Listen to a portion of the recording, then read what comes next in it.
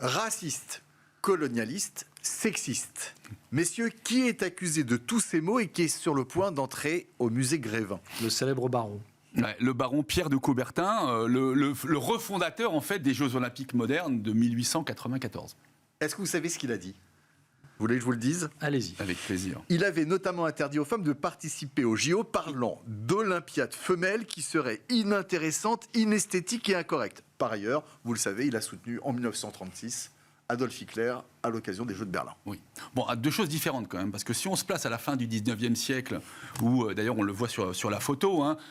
qui est la première photo du site du CIO. Ouais, du CIO, on est dans un contexte exclusivement masculin, exclusivement aristocratique ou de grande bourgeoisie, parce que le sport, sincèrement, à une époque de révolution industrielle, peu de gens avaient accès au sport. Donc ça, c'est la première chose. Le sport de la fin du 19e siècle, en comparaison avec aujourd'hui, n'a absolument pas le même ni rôle social, ni sociétal.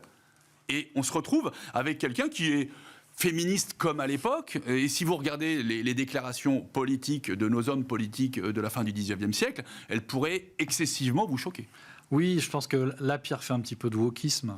C'est-à-dire que c'est bien de déconstruire l'histoire, de réécrire l'histoire, mais enfin, là, on va passer notre temps à déboulonner des statuts. Ouais. Bon, il faut être sérieux, comme l'a dit Michael, la société a quand même bien changé depuis, et fort heureusement.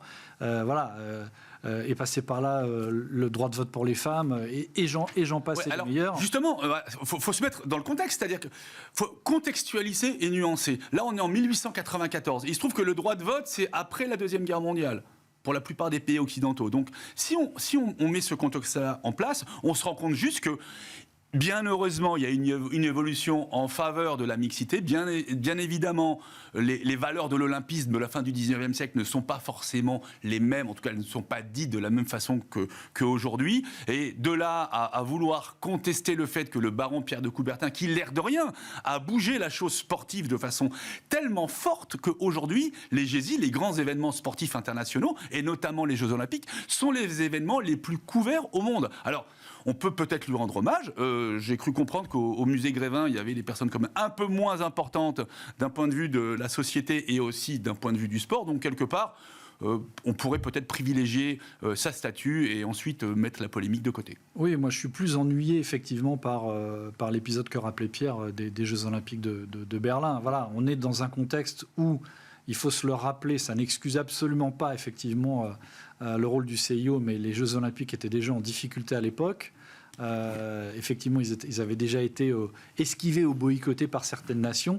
Et donc, à un moment donné, il y a un réflexe de protection qui, évidemment, quand on le lit avec le déroulement de l'histoire, semble assez abject. Mais si on se replace dans le contexte de l'époque, je ne dis pas que je le comprends, je combats effectivement tous ces idéaux extrêmes. Mais bon, ça donne une clé de compréhension qui est sans doute un petit peu différente. Voilà pour la possible entrée de Coubertin au musée Grévin, et ça crispe.